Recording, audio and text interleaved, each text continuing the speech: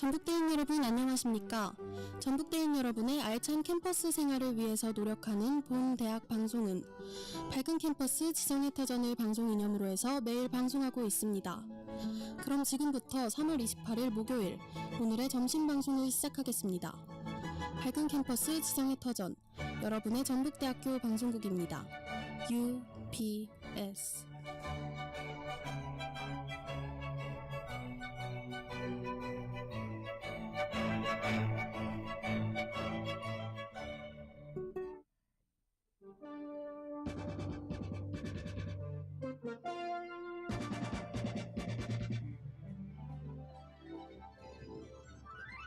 UBS 뉴스입니다.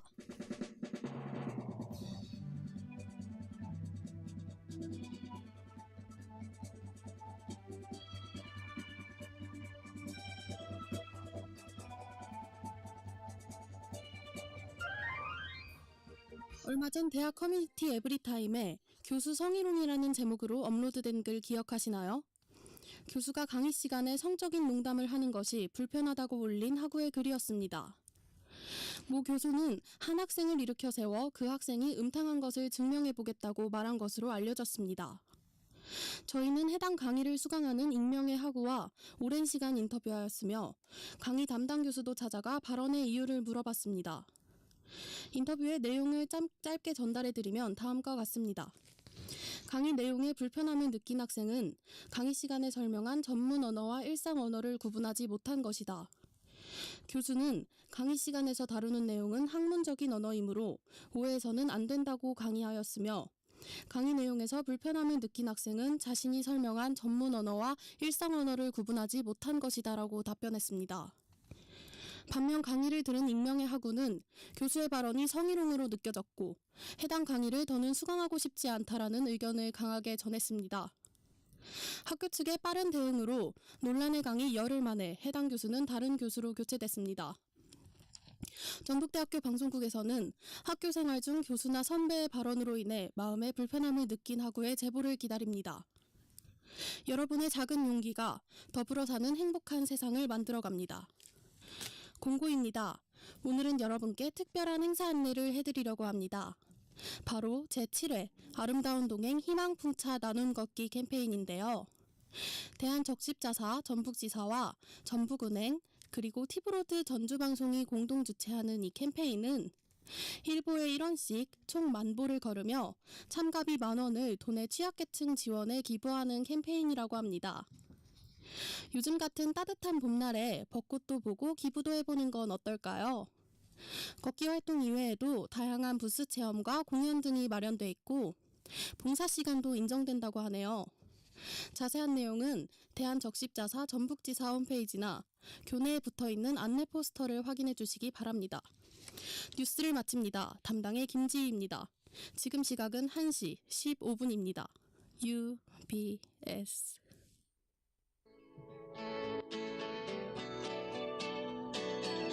밝은 캠퍼스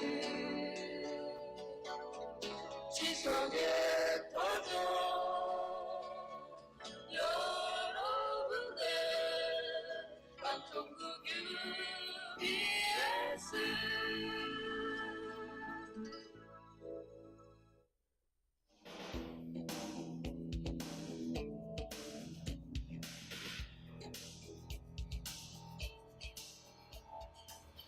UBS 오피니언 시간입니다.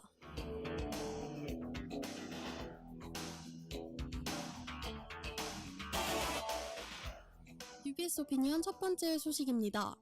개강을 하고 한 달이 지난 요즘 기숙사를 이용하는 학우들 사이에서 불만의 목소리가 나오고 있습니다. 첫 번째로 샤워실이나 기숙사 복도에서 토를 하고 토사물을 치우지 않은 경우인데요. 개강한 지 얼마 지나지 않아 술자리가 많다 보니 자신의 컨디션을 조절하지 못해 이러한 일이 발생한 것 같습니다. 따라서 아침에 등교 준비를 하러 샤워실이나 화장실에 간 학우들이 토사물을 보고 불만을 토로하고 있습니다. 또한 기숙사 휴게실과 몇몇 방에서 너무 시끄럽다는 목소리도 종종 나오고 있는데요.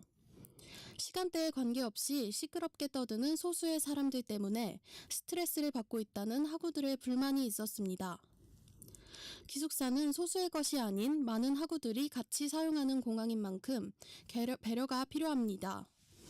술을 많이 먹은 날에는 밖에서 술을 좀 깨고 들어간다든지, 부득이하게 토를 하는 경우에는 다른 학우들에게 피해가지 않도록 혼자 사용하는 곳이 아니니만큼 다른 학우들을 배려하여 늦은 시간대에는 조용히 하는 등 학우들의 작은 배려가 쾌적한 기숙사 생활을 위한 첫걸음일 것입니다. UBS 오피니언 두 번째 소식입니다. 1948년 여순 사건 당시 반란군에 협조했다는 혐의를 받고 사형당한 민간인 희생자에 대해 첫 재심 재판 개시가 확정됐습니다. 여순 사건은 당시 반란군에 점령됐던 전남 여수와 순천을 탈환한 국군이 수백 명에 달하는 민간인들이 반란군에 협조했다는 누명을 씌워 불법 체포한 후 구체적인 범죄 증명도 없이 유죄 판결을 내려 사형을 집행한 사건인데요. 대법원 전원 합의체는 21일 내란 및 국권 문란죄 혐의로 사형을 선고받은 장모 씨 등 3명의 재심 결정에 대한 재항고심에서 재심 개시를 확정했습니다. 이에 따라 장 씨 등에 대한 재심 재판은 조만간 재판부가 정해지는 대로 광주지법 순천지원에서 열릴 예정인데요. 71년 만에 사건의 실체가 다시 드러날지 관심이 쏠리고 있는 상황입니다. 여순 사건 당시 일어났던 사건 중 아직 사건의 실체가 밝혀지지 않은 사건들이 많은데요. 따라서 억울했던 사람들의 누명이 벗겨질 수 있도록 학우들의 관심이 많이 필요합니다.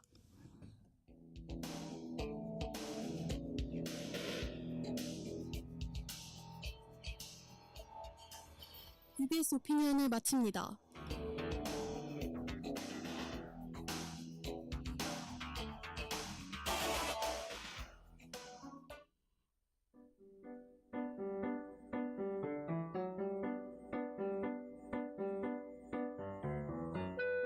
저희 전북대학교 방송국에서는 매주 월, 화, 수, 목, 주 4회 1시 10분부터 1시 50분까지 오디오 생방송을 진행하고 있습니다.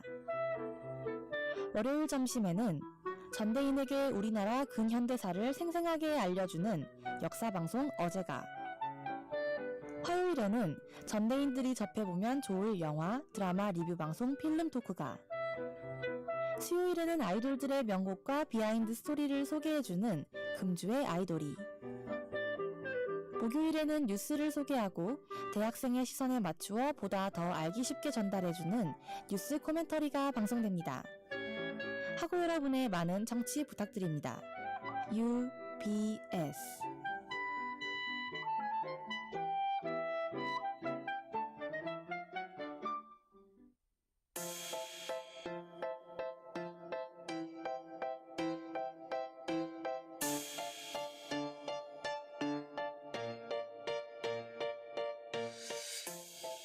시청자 여러분 안녕하십니까? 매주 목요일 점심에 방송되는 뉴스 코멘터리 진행을 맡은 11 아나운서 송영현입니다. 하루에도 수십 건의 기사들이 작성되는 요즘, 저희 뉴스 코멘터리에서는 오늘의 주요 기사를 선정하여 소개해드리고 있습니다.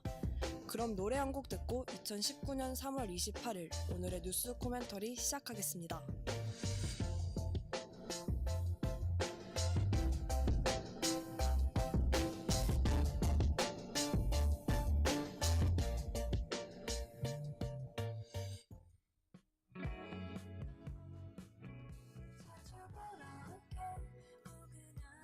백예린의 지켜줄게 듣고 오셨습니다.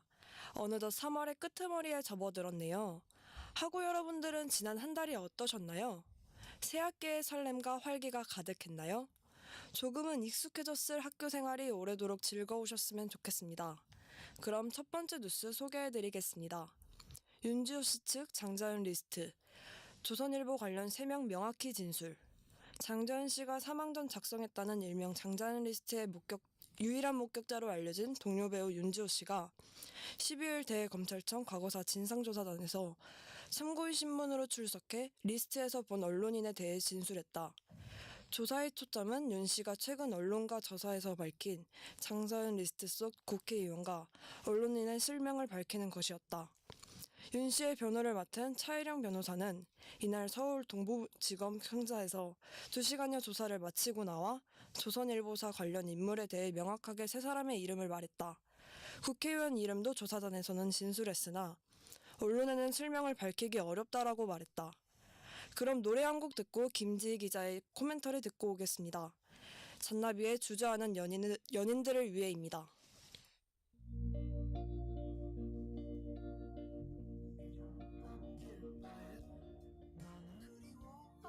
네, 이 이야기를 하려면 먼저 고 장자연 씨 사건에 대해 이야기해봐야 할 것 같은데요. 10년 전 배우 장자연 씨가 이른바 장자연 리스트라고 불리는 문건을 남기고 자살한 사건입니다. 장자연 씨는 스스로 목숨을 끊은 2009년 3월 7일보다 일주일 전인 2월 28일에 매니저 유모 씨를 만나 너무 힘든 상황을 겪고 있으니 해결하고 싶다며 울면서 호소했다고 합니다. 이에 유 씨가 약간 두서없게 들린다며 말하자 장 씨가 그럼 이걸 문건으로 정리를 해보겠다라고 하면서 우리가 흔히 알고 있는 문건을 작성하게 됩니다. 네, 시청자 여러분도 한 번쯤 장자연 리스트에 대해서 들어봤을 겁니다. 문건은 총 7장으로 앞의 4장은 소속사 김모 대표와의 관계에서 겪고 있는 어려움에 대한 내용이 중점적이었고요. 뒤에 3장엔 성접대와 술 접대를 받았다고 추정되는 사람들은 누구인지 정리돼 있는 걸로 알려져 있죠. 맞습니다. 한국일보에 따르면 문건의 제목 자체가 장자연의 종합적인 피해 사례였고요. 앞에 4장에선 강요로 인해 술자리 등을 셀 수 없이 많이 했다. 룸살롱에서 조선일보 사장을 접대하게 됐다. 이런 얘기가 나오고요. 또 김 대표로부터 팩트병으로 폭행을 당했다. 본인의 연애활동 진행비를 직접 부담했다. 이런 내용들도 포함되어 있습니다. 수사 기록을 보면 장 씨가 유모 씨를 찾아가 김 대표의 법적 처벌 가능성에 대해 상담했다고 하는데요. 이 문건이 그 근거가 될 수 있었나요? 문건만 봤을 때 법적 요건을 모두 갖췄다고 할 수는 없습니다. 먼저 의혹이 된 부분이 다 사실로 밝혀졌다면 김 대표는 강요죄로 처벌을 받았을 가능성이 높긴 합니다. 강요죄라면 접대 관련 행위에 대한 부분을 말하는 건가요? 맞습니다. 실제로 문건이 공개되고 나서 경찰도 강요죄 혐의로 수사를 한 다음 기소 의견으로 송치했습니다. 접대를 받은 사람들도 강요 방조죄로 처벌할 가능성이 있긴 합니다. 강요 행위를 하는 걸 알면서도 도와줬다는 강요 방조 혐의 입증까지 가기 어려운 부분들은 있습니다. 문건의 내용이 전부 사실이라고 밝혀지더라도 처벌할 수 있는 수위에는 일종의 한계가 있습니다. 그 과정에서 단순히 강요행위로 끝인 것이 아니라 폭행이나 강제추행 등 추가적인 범행이 있었을 가능성도 있었을 텐데요. 물론 그렇습니다. 하지만 가장 큰 한계는 그것과 관련된 증거가 거의 없다는 점입니다. 그렇군요. 사실 사건 당시부터 부실 수사 논란이 크게 일었습니다. 수사 과정에 대한 이야기가 필요한 것 같네요. 네, 사건 발생 약 4개월 뒤인 2009년 7월 10일에 경찰 수사 결과가 발표됐는데요. 김 대표와 유 전 매니저, 그 외 5명을 기소 의견으로 검찰에 송치합니다. 경찰의 조사 선상에 오른 인물은 언론인과 연예계, 금융인 등 총 20명이었는데요. 이 중 총 7명을 법정에 세우겠다는 결론이었습니다. 사건을 넘겨받은 검찰의 수사 결과는 어땠나요? 기소가 된 부분은 김 대표가 장 씨를 폭행하고 협박했다. 유 씨는 장자연 문건 등을 이용해 허위 사실을 퍼뜨려 김 대표의 명예를 훼손했다. 이 둘뿐이었습니다. 문건에 나타난 접대 관련 내용은 하나도 없었고요. 이후 재판을 거쳐 김 대표는 징역 4개월에 집행유예 1년, 유 씨는 징역 1년에 집행유예 2년을 선고받았습니다. 나머지는 모두 불기소 처리됐습니다. 저도 기사에서 봤습니다. 문건에 구체적인 일시가 없고 진술이 엇갈린다는 등 불기소 처리가 된 사유는 증거 불충분이었죠. 네, 하지만 과연 수사를 제대로 했을까? 이 부분이 가장 큰 의혹입니다. 특히 사망 전 장 씨의 1년치 통화 기록 자료가 사라졌다는 내용의 보도도 나오고 있습니다. 또 장 씨가 가지고 있던 수첩, 다이어리, 명함 등을 경찰이 압수수색조차 제대로 하지 않았다는 지적도 나오고 있습니다. 구체적인 입증 증거를 수사기관에서 확보하지 않은 거죠. 통화 기록 자료가 사라졌다는 건 무슨 이야기인가요? 당시 수사당국은 장 씨의 휴대폰을 입수했습니다. 담당 검사에 따르면 총 3대의 휴대전화에서 1년치 통화 기록을 살펴봤다고 합니다. 하지만 모든 수사가 종결되고 최근 대검찰청 진상조사단에서 1년치 통화 기록이 없는데 혹시 당신이 가지고 있냐며 수사 검사를 호출했습니다. 증거물로 입수한 통화 기록이 통째로 사라진 점도 의문이고요. 제출한 복사본이 기술적 조치를 거치지 않은 누구나 편집할 수 있는 상태였다는 것도 문제입니다. 어렵게 찾은 증거물인데 피의자가 빠져나갈 구멍이 존재할 가능성이 아주 크다는 거네요. 수사와 관련한 다른 의혹은 없나요? 있습니다. 방상훈 조선일보 사장을 조사하는 과정에서 문건에 명시된 시점은 2008년 9월이었는데요. 경찰이 방 사장의 휴대폰 내역을 확인했을 때 2008년 9월 1개월 부분만 확인했다는 점입니다. 문건에 포기된 기간에 대해서만 조회를 했다는 건가요? 네, 한 달만 확인을 한 걸로 밝혀졌고요. 또 경찰에 제출된 휴대폰은 방 사장 것이 맞긴 하지만 수신 내역은 한 달에 4건, 발신 내역까지 포함하더라도 35건 뿐이었습니다. 언론사 최고의 간부임에도 불구하고 일반인 수준에도 미치지 못한 통화 내역이 좀 의문스럽네요. 다른 휴대폰의 존재 가능성을 빠뜨린 것 같습니다. 네, 그렇습니다. 또 검찰과 경찰의 주장이 엇갈린 부분도 있습니다. 경찰에 따르면 통상적으로 경찰에선 1년치 통화 기록을 보지만 검찰의 지시로 당시엔 한 달 정도만 보게 됐다고 하는데요. 검찰에선 경찰이 올린 대로 수사를 진행했다고 주장합니다. 다른 부실 수사 의혹은 어떤 것이 있나요? 방상훈 조선일보 사장은 문건에 명시되어 있고요. 그의 아들인 방정호 전 TV조선 대표, 방상훈 사장의 동생인 방용훈 코리아나 호텔 사장은 장 씨와 술자리 및 식사를 했다는 사실이 주변인들로부터 밝혀졌습니다. 하지만 방상훈 사장은 조선일보 회의실에서, 방용훈 전 대표는 코리아나 호텔에서 각각 1시간 미만의 방문 조사만 진행하고 종결됐고요. 방용훈 사장은 아예 수사선상에서 배제됐습니다. 안타까운 현실이네요. 최근 사건의 유일한 목격자인 윤지호 씨가 대대적인 증언에 나서면서 사건이 재점화되고 있죠. 과거사 진상조사단의 활동이 3월 종료 예정이었지만 청와대 국민청원 홈페이지에 68만 명 이상의 동의를 얻으면서 활동이 2개월 연장되기도 했고요. 여러모로 많은 주목을 받고 있는 것 같아요. 네, 그리고 증인 윤지호 씨는 과거 경찰 조사 당시 받았던 무언의 협박과 미행 등 이것들을 언급하면서 현재에도 신변의 위협을 느낀다며 생존 신고라는 제목으로 인터넷에서 자신의 모습을 생중계하기도 했고요. 이에 답한 윤지호 씨의 신변보호 청원도 36만 명의 동의를 얻어 답변을 받았습니다. 문재인 대통령이 직접 사건을 언급하면서 법무부 장관과 행안부 장관이 책임지고 사건의 실체와 여러 의혹을 낱낱이 규명해 주길 바란다며 진상 규명을 지시하기도 했습니다. 네, 그러면서 공소시효가 끝난 일은 그대로 사실 여부를 가리고 공소시효가 남은 범죄 행위가 있다면 반드시 엄정한 사법 처리를 해달라고 말하기도 했죠. 맞습니다.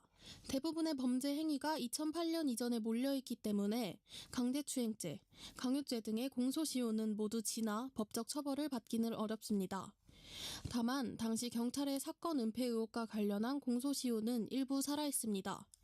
앞서 말씀하신 것처럼 공소시효가 남은 사건엔 엄정한 사법 처리가, 공소시효가 끝난 사건 역시 정확한 사실 여부가 요구됩니다. 네, 고 장자연 씨의 사건에 대한 다룬 기사였고요. 조선일보 방씨 일가 3명, 검경 부실 수사 의혹, 현재 진행되고 있는 수사 등에 대해 이야기해봤습니다. 이번에는 분위기를 전환해서 재미있는 기사 하나 준비해봤는데요. 노래 한 곡 듣고 소개해드리겠습니다.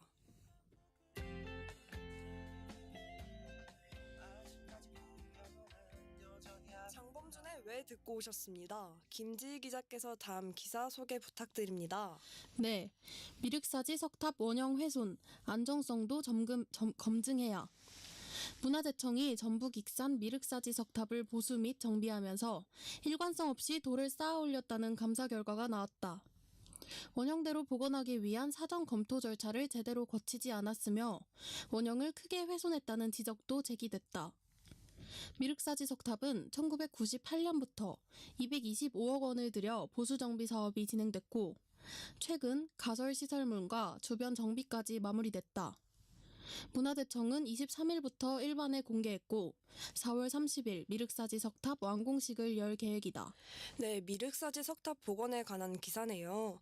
노래 한 곡 듣고 기사에 관한 이야기 나눠보겠습니다.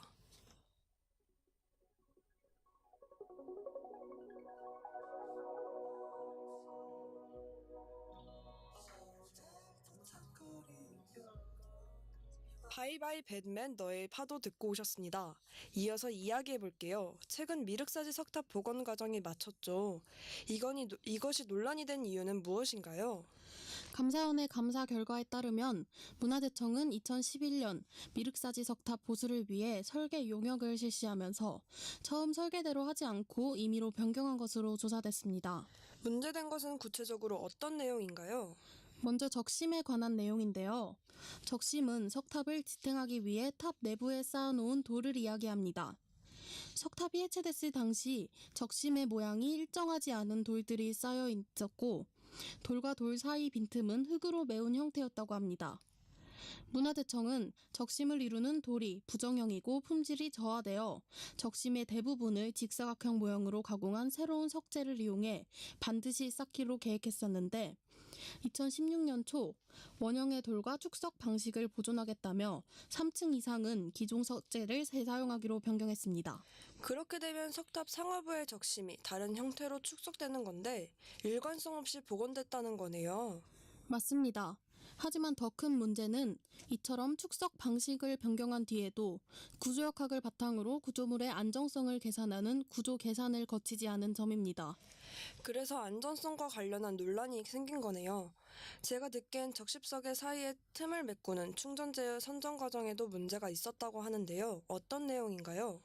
네, 문화재청은 기존에 계획한 실리카퓸을 배합한 무기 바인더 대신 이보다 성능이 떨어지는 황토를 배합한 무기 바인더로 변경했습니다. 그러나 그 사유와 타당성에 대해선 자문이나 연구를 거치지 않았다고 합니다.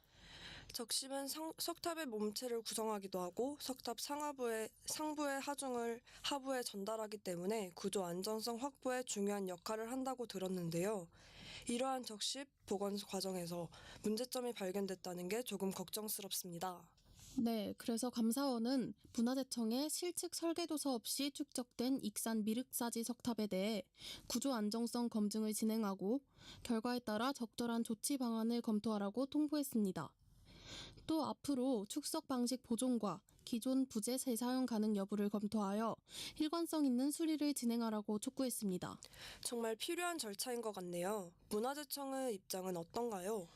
문화재청은 적심 구성이 달라진 점을 인정하긴 했지만 전문가 자문과 문화재위원회 검토를 거쳤다고 해명했습니다. 충전재에 관해선 어떤 입장을 보였나요? 실리카튬 배합 충전재는 시멘트와 유사하다는 우려 때문에 사용 범위를 축소했고 황토 배합 충전재는 흙과 성분이나 색상이 비슷하다 판단했다고 합니다. 또 새로운 설계도서를 기다리는 동안 공사를 진행한 것은 공사 기간이 길어짐에 따른 예산 낭비와 공사 품질 저하를 막기 위한 조치였다고 설명했습니다. 사실 우리나라는 문화재 복원과 관련한 논란이 꽤 많습니다. 숭례문 복원 사업 과정에도 부실 복원 논란이 있었죠. 네, 2008년 우리나라 국보 1호인 숭례문 화재 사건이 있었습니다.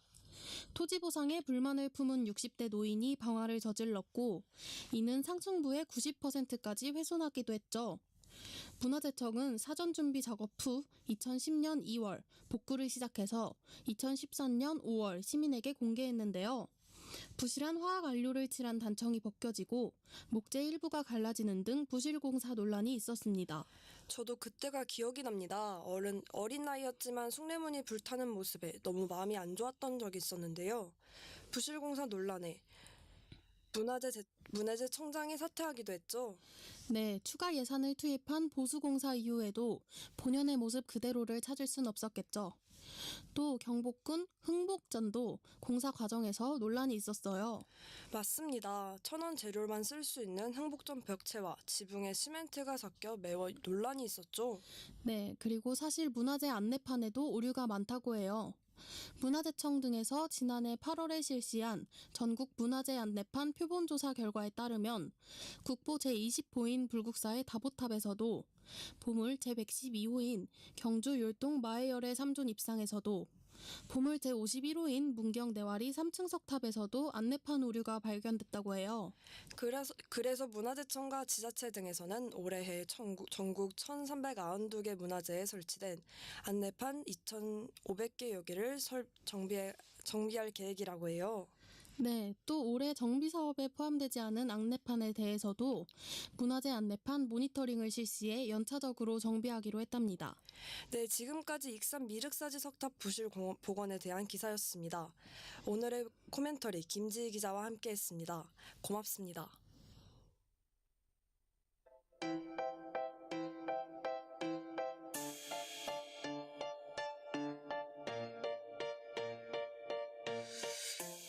(3월 28일) 오늘의 뉴스 코멘터리를 마칩니다. 시청해주신 여러분 고맙습니다.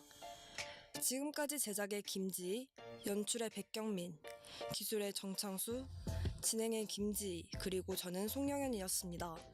마지막 곡은 브로콜리 너마저의 울지마입니다.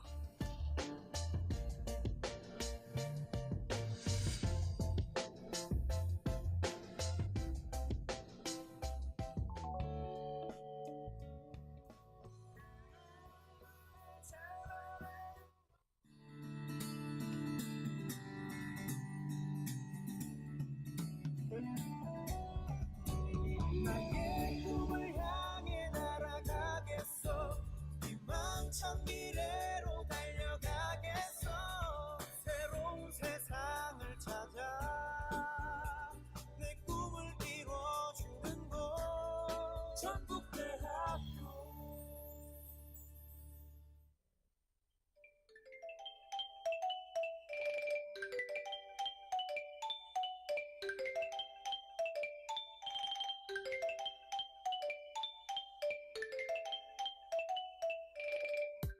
캠퍼스 내 길가에서도 학생회관 옆에도 중앙도서관에서도 항상 보이는 이것. 이것이 무엇인지 아시겠나요? 길가에 널브러져 있는 쓰레기들. 중앙도서관에 산처럼 쌓여있는 쓰레기들을 보고 그냥 지나치진 않으셨나요? 분리수거함이 있는데도 불구하고 그 옆에 쌓여있는 쓰레기들을 보진 못하셨나요? 내가 무심코 버린 쓰레기, 분리수거를 하지 않고 쌓아두는 것이 캠퍼스를 오염시킬 수 있다는 사실. 자신의 행동을 돌아보며 한 걸음 실천하는 것부터가 깨끗하고 쾌적한 캠퍼스의 시작입니다. 쓰레기들로 캠퍼스가 아파하는 일이 없는 그날까지 전대하고 여러분들의 쾌적하고 깨끗한 캠퍼스 생활을 응원합니다. 지금까지 UBS 캠페인이었습니다.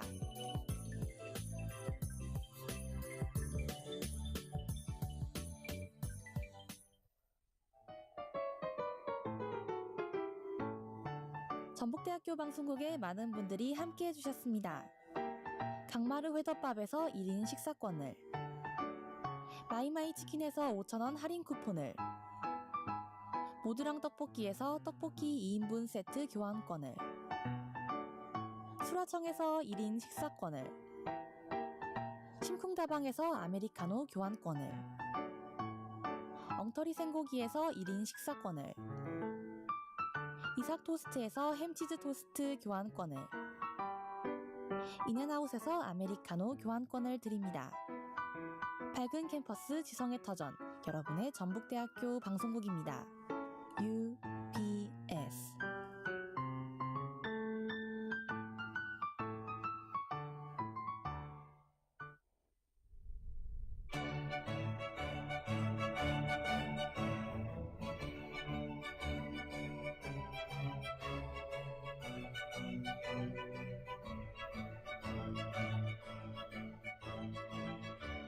이상으로 3월 28일 목요일 오늘의 점심 방송을 모두 마치겠습니다.